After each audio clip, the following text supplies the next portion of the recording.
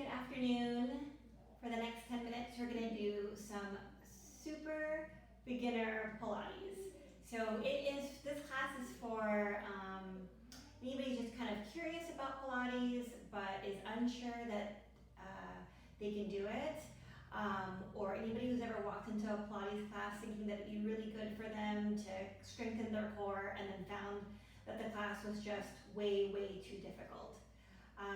Ultimately, if you have a good Pilates teacher, they can modify it so that it works best for you no matter what the class is. But this class is no modifications needed. We're just gonna do the beginner moves, okay? All right, so we're gonna start with some breathing. You're gonna put your hands on your ribs on the side, and as you inhale, expand your ribs sideways. And as you breathe out, feel your ribs come in towards each other.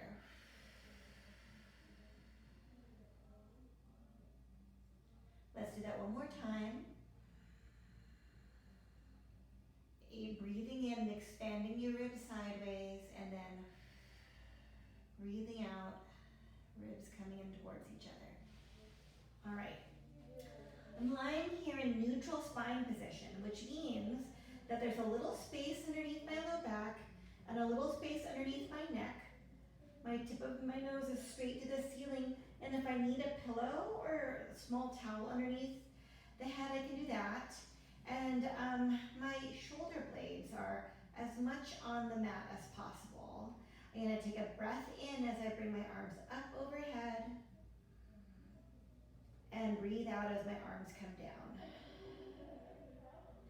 And as you're doing this, you are trying to prevent arching of your back. You are simply rolling this shoulder in its socket, moving the arm back and forth from a stable surface. When you get to about here, you might notice that your ribs want to splay apart and reach up towards the ceiling, so you might have to work a little bit harder to keep those ribs flattened down. Let's do 2 more.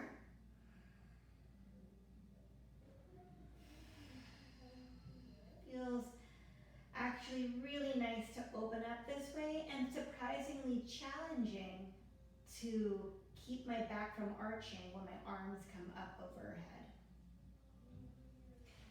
Great, now we're in the same motion with our legs. So, this is the first step to some of the more advanced exercises in Pilates. Your focus when you do this is to just bend at the hip and let the leg float up. Notice that as you're moving your leg, your back might want to arch or press to the ground, but the challenge is to just keep it that same neutral position that we talked about in the beginning.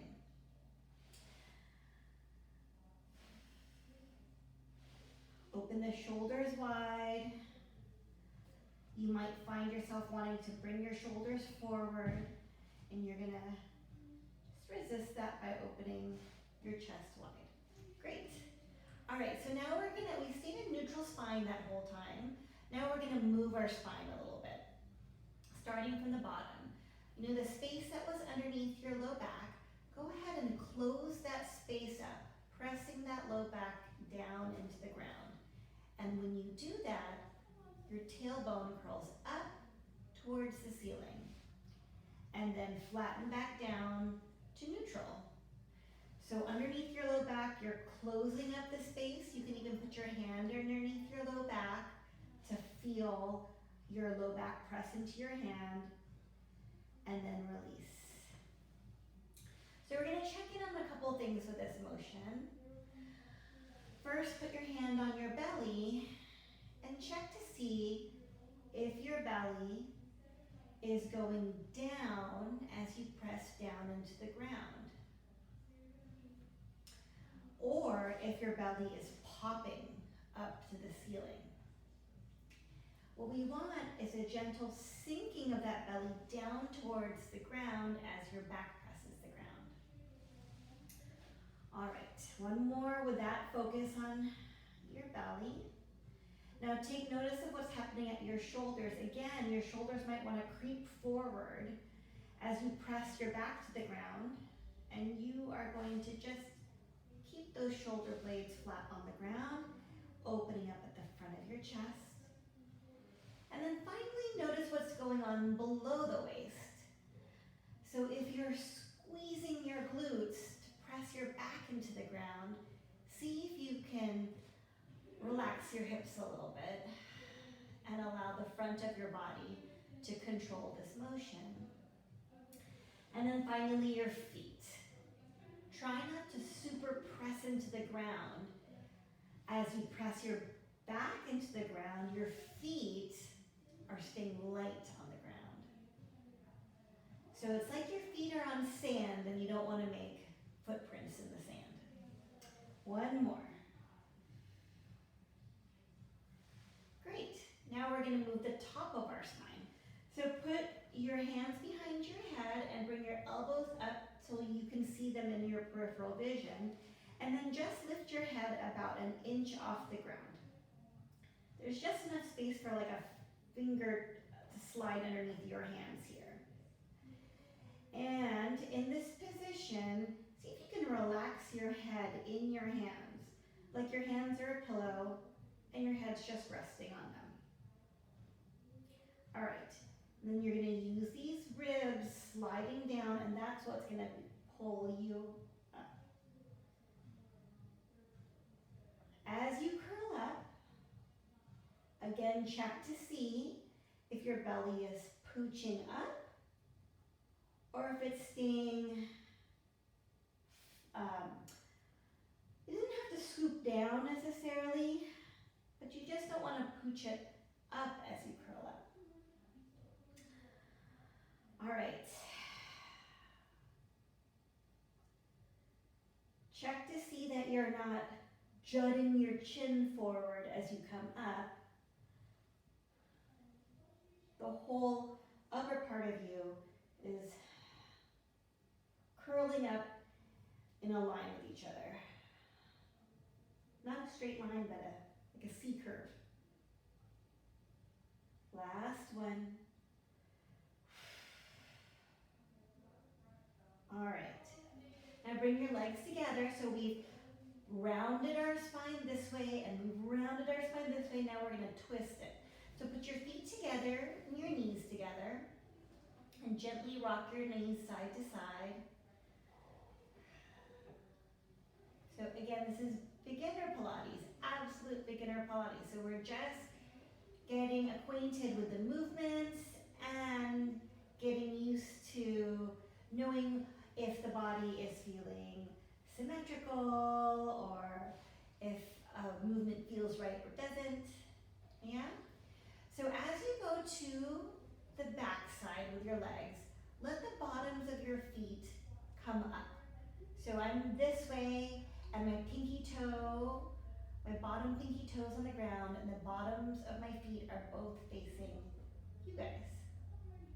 And then I'm going to twist the other way.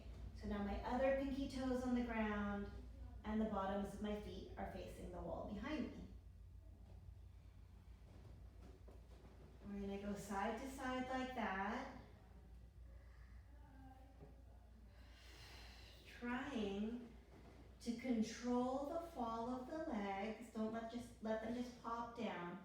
And then to get your legs back to center, you gather from the center to bring your legs up. So it's a slow control to the side and a gather from the center to come back in. Let's do that one more time each side. All right. Now we're going to lie down on our side. And we're going to do an exercise that I often do with my legs straight, but we're going to try this with our legs bent. So you are going to have both legs bent, and the top leg is parallel to the ground, and it's sliding sliding back and forth, like your leg is on a table and you're wiping the table with the inner side of your leg. I don't know why you would do that, but let's just say that's what's happening. My bottom arm is under my head like a pillow. And check in with your waist. As you come forward and back, the movement should be a fold at your hip and an extend at your hip, as opposed to a scrunch at your waist. So keep length here at that waist side. It's interesting, I say this as beginner, and I often do this with my leg straight, which you would imagine might be heavier because my lever arm is longer. But currently, maybe because I did a whole glute thing yesterday, this bent leg version is feeling pretty challenging. Yeah, and one more time each direction. All right, lay the top leg on top of the bottom, reach the top arm forward, and open up. So your arm goes to the ceiling and I'm totally sideways here, and then from here, I'm not letting my arm just go back, I'm gonna let the whole body rotate. And I bend my arm because I have a wall here, but you can keep your arms straight. Keep your legs stacked on top of each other and hips stacked, and come on back. And one more time, open it up.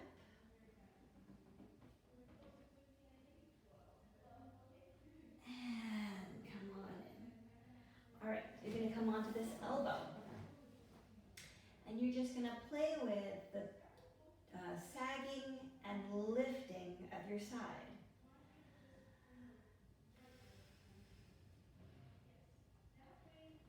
Your shoulder comes close to your ear, and then your shoulder comes away from your ear. You open up this area here, get a nice stretch, and then you lift, gathering your ribs together.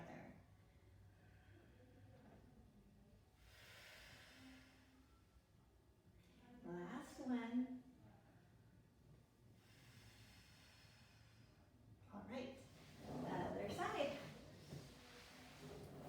Starting with arm bent, legs bent, top leg is sliding forward and back. And we decided it's because that top leg is wiping a table with the inner part of the leg.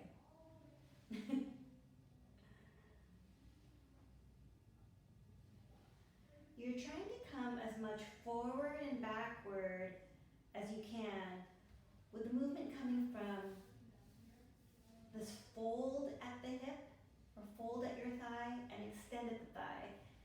So you're not rounding your back as you come forward or arching your back as you come back. Your back is staying still. You're keeping space here between your bottom ribs and your top of your pelvis.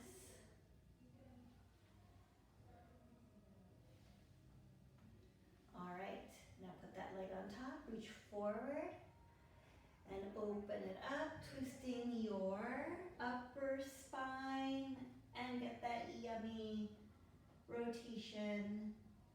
Go as far as you can, keeping your legs stacked and your hips stacked.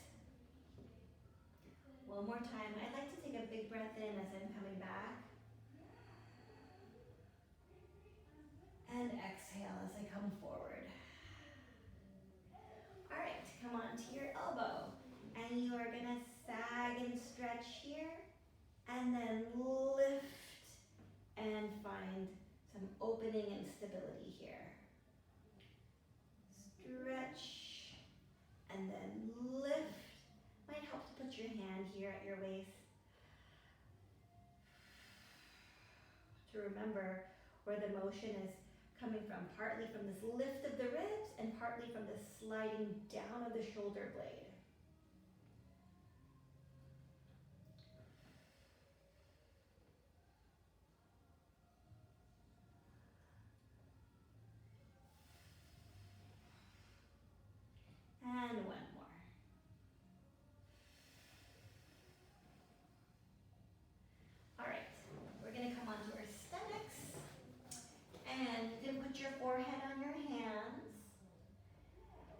tuck your tailbone under just a little bit, like opening up this low back so that you're not just sagging down here, but creating space or stretch here.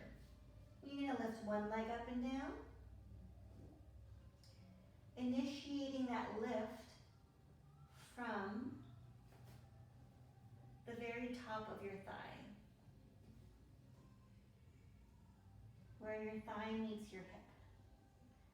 4, 3, 2, and 1. And switch sides.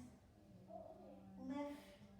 Keep length like your leg is reaching out of its socket and then lifting. Try to lift without letting your low back